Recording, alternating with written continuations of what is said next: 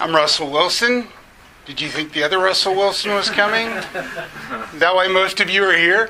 I moved to Seattle 4 years ago with that name, and it's been a lot of fun. I could share a lot of stories. I'm a continuous disappointment, basically. Super cool. And I have horrible imposter syndrome. Do you know what that is? That's who I feel like I'm going to be. That's why I put an arrow to that. Every time I see a bridge, I kind of pick them out because I'm like maybe that'll be the one someday. Also, fair warning before I continue. I had back surgery last week, but I wasn't about to cancel on Daisy after I committed to coming. But I'm on narcotic painkillers, and so anything I say, just kind of take that into consideration. All right. Okay, so look, I'm going to talk about, what I think the most important skill to succeed in UX. It could be other than UX. It's something I've observed in my time working with a lot of executives, a lot of companies. I guess I should say I'm at Google. I run design for Google Cloud. I have one of the largest design orgs at Google. Over 320 people report into me. It's a very large org for Google. We usually don't do orgs that big. But cloud has just been going like crazy. Been at Microsoft, IBM. You can check out my LinkedIn. I won't bore you with that. But anyway, so in the course of my career, I think a lot about success. I think a lot about leadership, and I think a lot about what are the most important factors leading to people succeeding, and that's what I want to talk about. And I'll set that up with I did this neat thing last year. I got invited to speak in something they called the World Usability Tour, which went around the world, and we gave like 6 keynotes in different countries. And my topic was, what are the top 3 problems in UX? And I came up with what I thought the top 3 problems in UX were.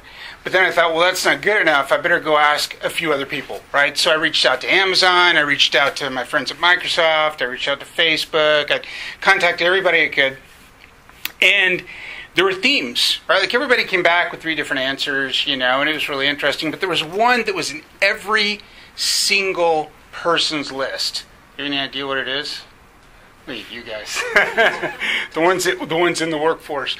UX still doesn't have a seat at the table, right? Now, do you know what I mean by that?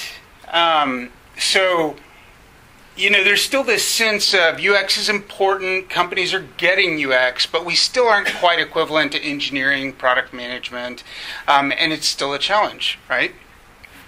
A couple of other problems that popped out, UX work being ignored, left out of meeting, passive non-compliance. You know what passive non-compliance is? I love that phrase. I use it all the time. It's when you smile at me, but you're thinking, screw him, right? Like, I'm not going to do that, That's passive non-compliance. You will encounter it. Yeah, anyway. So I think all of these, including the one I mentioned before, can be addressed by mastering the one skill that I'm going to mention, but I'm going to tell you what it is yet because it's fun to keep it a secret. So I'm going to lead out. I'm going to talk about a few stories. These are real experiences I've had. I'm going to try to go fast. This was pulled from a presentation I did that was an hour long, so trust me, don't worry.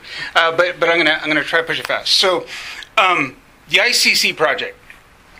So when I graduated from college, I got a degree at IBM, and I was a programmer, and I was working in the basement of IBM at the time, and I got really sad. I didn't like that down in the basement time. And so I left the basement, and I went out and decided I was going to start my own company. But I had no business plan whatsoever, and I had no money, right, at all. And I think I was 23, 24. And so I started going to these industry events, like industry meetups. I didn't go to computer science meetups or design meetups because I figured it'd just be a lot of designers and programmers, right? So I went to actual industry kind of business meetups. And I met a guy at one of them. His name was Steve. I won't say his last name. And he was an account executive at Southwestern Bell, and he was having a drink, and so I get a drink, and I'm like, hi, I'm Russ, And he goes, what do you do? And I said, well, I have a software company. Right? And he's like, really? And he goes, do you know anything about call centers? And I was like, and this was an inflection point, right? I was like, yes, I know everything about call centers. And he goes, really? Like, I can't believe that. And he goes, do you have like program? You have a team and people that can code? And I'm like, yeah, yeah, I got a lot of programmers, and we all work on call centers. And he was like, well, you're not going to believe this. He goes, so we're working with J.C. Penney's in Dallas, Texas, and they want to build something they're calling the ICC project, which is the Intelligent Call Center of the Future. And if you can come with me next week to meet with some of their executives and convince them that you know what you're talking about, we might subcontract you guys, right? And I was like, okay. So I left, and I ran to a bookstore, and I got, there are books on call centers in bookstores. I'm not joking. Like, I got books, and I was like, well, it's a PBX, it's an IVR, it's an automatic call distribution system. And so I'm reading all this stuff over the weekend. I go to the meeting the next week. I convince the executives. 2 weeks later, they wrote me a $2 million check. And I took the money, and I started my first company, right? And we actually delivered the product on time. The customer was happy. Southwestern Bell made us a preferred business partner. Then IBM made us a preferred subcontractor, and yada, yada, yada. But anyway, that's one context-setting story of what I'm getting to about the skill, right? Spofford. So I love this slide. Like, I'm going to try to work it into every single presentation I do in the future because it's so perfect. So Spofford was an evil bastard nemesis that I had to work with at one point, right? And so you're going to encounter those. If you're not at work yet, you will encounter Spofford, and you'll remember that name, and you'll remember that face. It's going to happen. So this guy. So I was brought into a company to redesign to lead design for the company and redesign a lot of their products. And I evaluated one of the products. It was kind of their key IP, the product they really loved. And I came up with a redesign of it. Spofford was my peer in the company, and he was running engineering. And he did not want to change the product at all because he had designed it, right? And so right before the meeting where I'm going to meet with the CEO and all the other executive team and kind of pitch my new concept, Spofford comes into my office. He's like, hey, I just want to let you know, I got time on the agenda, and I'm going to tell him not to do what you're saying, right? So I almost killed him, but I didn't, because that would have been bad, and I wouldn't be standing here right now. But I figured some things out. I worked very hard in that meeting, and I convinced them to go with my plan, my original plan. Second example. Okay, interview with Urs. Does anyone know who Urs Holtzel is? Urs Holtzel was employee number 8 at Google.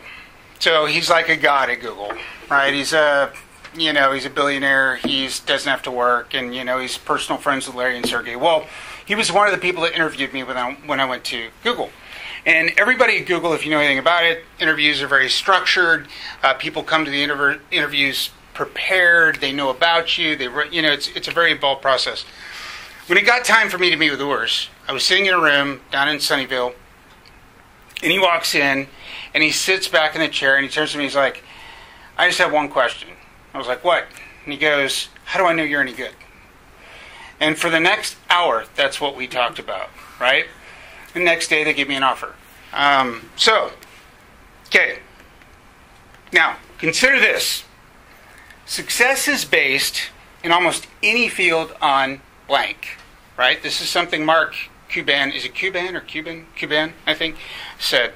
Another one, across a range of professions, people are spending 40% of their time at work engaged in blank, okay? Lots of teasers. Have you guessed? Should I just stop? Actually, am I out of time? If I stop there and I'll tell you what it is? Just making sure you're awake. Any guesses as to what I'm talking about? That's really good. It's actually in here, but that's not it. Yeah. Confidence? Yeah.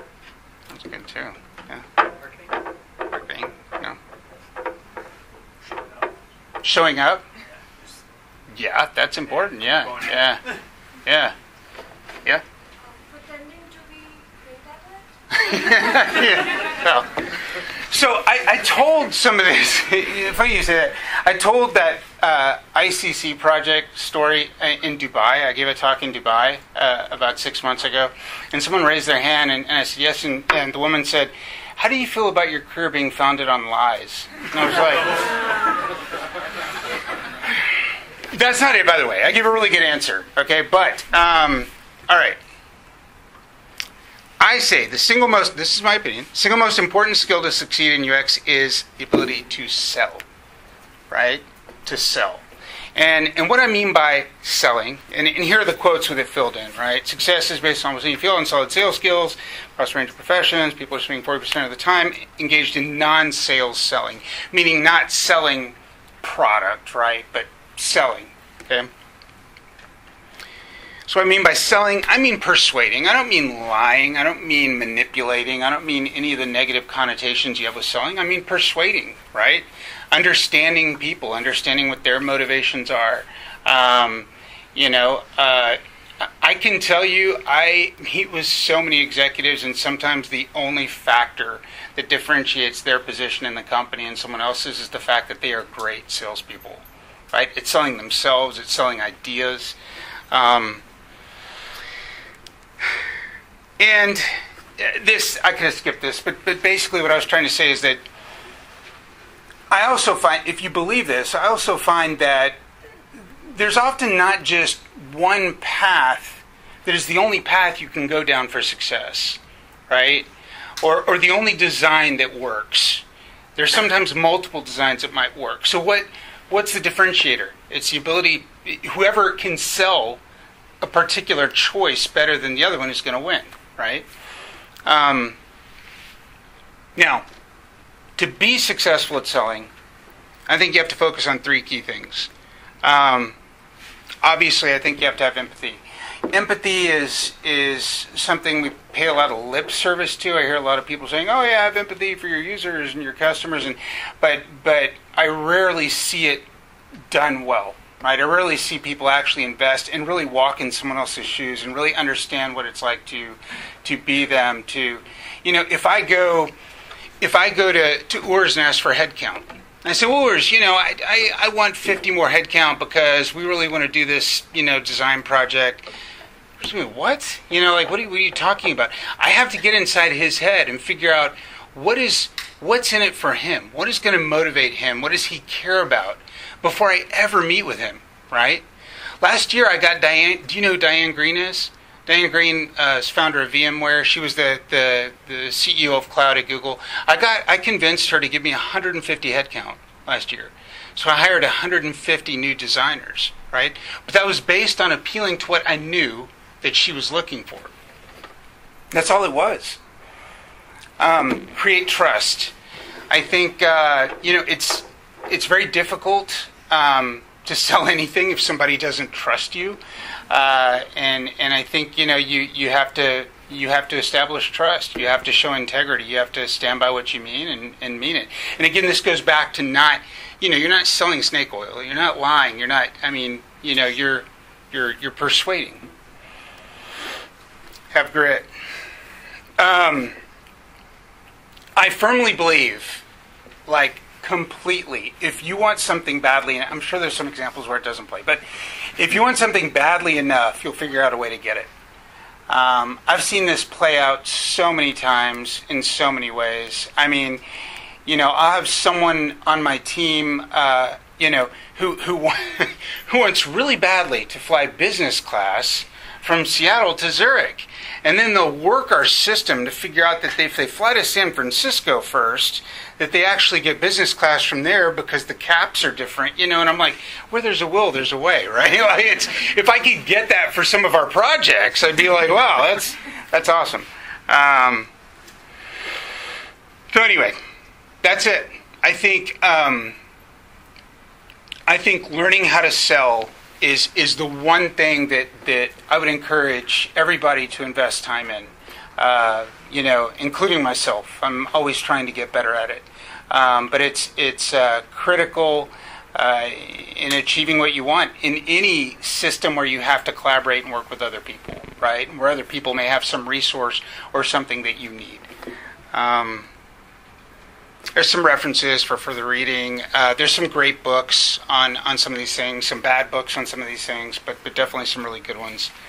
And that's it. Russ, can we go back to that? Yeah, oh yeah, here. In that order?